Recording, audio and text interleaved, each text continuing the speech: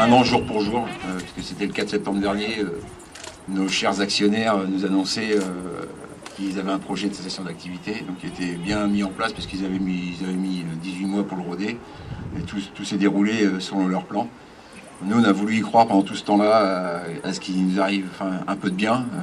Tout ce qui nous a été promis jusqu'à maintenant n'a pas été tenu. Là, les salariés n'en peuvent plus, parce que aujourd'hui, un an après, c'est notre dignité qu'on vole.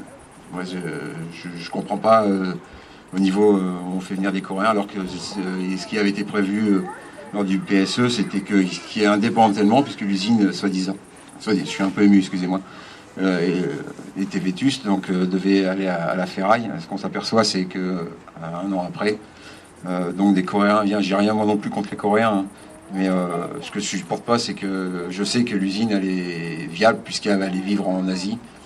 J'irai même un peu plus loin, je soupçonne, et on soupçonne très largement que nos anciens actionnaires sont derrière, ce qui prouve bien que la machine était bien huilée, et que, bon, on savait que quand Green arrivait, on avait des doutes, mais à l'époque, quand on revient, c'est ce qu'on discutait avec les copains, c'est que on n'avait pas le choix. Donc on était bien obligé d'accepter, puisque c'était soi-disant les seuls repreneurs, les meilleurs.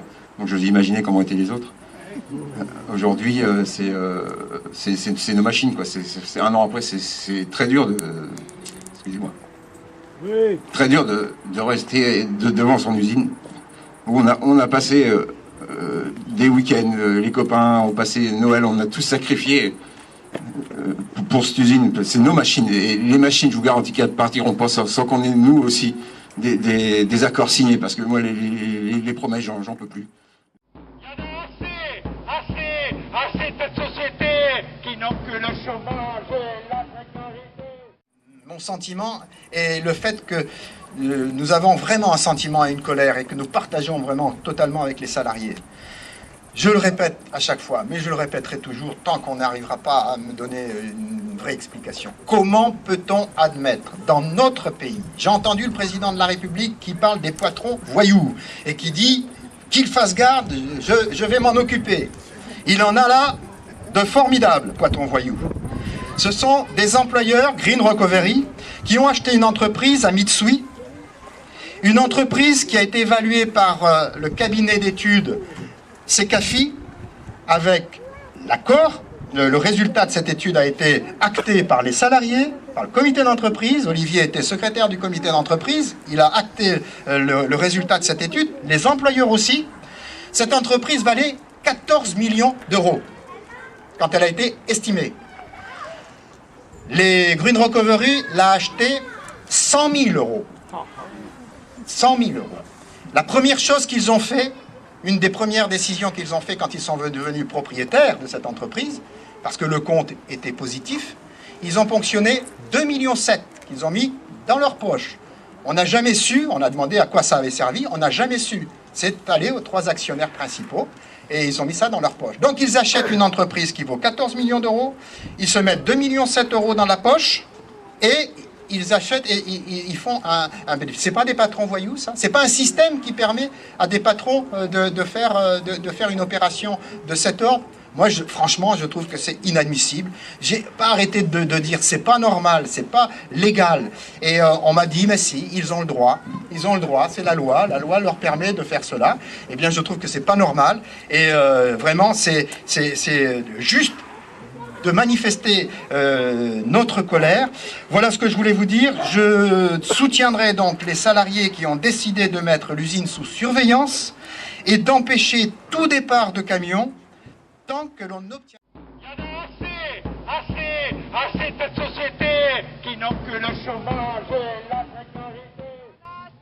Aujourd'hui, on fait un appel à la mobilisation pour prévenir les divers et les divers et leur demander aussi leur soutien, parce que ce qui nous fait peur aussi, c'est comme on est une petite usine, il est très facile si jamais un blocage qu'on nous envoie des CRS, il est très facile de nous enlever. Si la population est là derrière avec nous, ça sera beaucoup plus difficile et plus médiatique. Donc la bagarre est là aujourd'hui. Depuis les AG, on les tient depuis le mois de septembre dernier, l'annonce de la fin de l'eau, on se voit tous les vendredis, ce qui gêne beaucoup de monde, puisqu'ils misaient comme tout le plan de ciment, c'est-à-dire qu'on écarte la cellule de reclassement de l'usine, après on commence à faire des petits groupes, et après on voit les gens individuels. Ce qui les gêne fortement, c'est qu'on se voit toutes les semaines on fait un point état, toutes les semaines chacun expose sa situation et on voit pour s'aider entre nous. Ça gêne beaucoup de monde. Aujourd'hui, la cellule de reclassement avait proposé, et vous avez dit qu'il travaillerait avec à peu près 80% de chances de solutions proposées aux salariés. Et aujourd'hui, on est très très loin de ce chiffre, puisque aujourd'hui, seulement 7 des anciens salariés ont retrouvé un emploi, et sur les 7, c'est par eux-mêmes qu'ils ont trouvé du travail. Donc derrière, après, on a quelques copains qui sont en CDD ou en intérim, mais pour nous, c'est pas une solution, puisque on a la preuve encore, c'est qu'un copain qui avait trouvé un CDD de 6 mois en janvier dernier vient de perdre son emploi, puisque son CDD n'a pas été reconduit. Donc, ce qui prouve bien que ce n'est pas une solution. Les gens en formation, c'est pareil, ils vont aller à l'école, d'accord, ils vont obtenir un diplôme, d'accord, mais à la fin, ça sera toujours pour être au chômage. Donc ce n'est pas une solution. On sait que c'est mal un peu partout, ça suffit de regarder la télé ou de lire la presse pour s'apercevoir que ça casse de partout, et où on profite de cette crise justement pour des fois fermer des usines où c'est pas justifié. Donc là, nous on essaie de se bagarrer là, mais j'ai des contacts, oui, notamment aussi avec d'autres usines du groupe, où on sait que notamment dans le Loiret, il y en a une qui a fermé. Et donc vous envisagez des actions communes non, difficile c'est assez difficile, parce que l'autre boîte est assez mal organisée.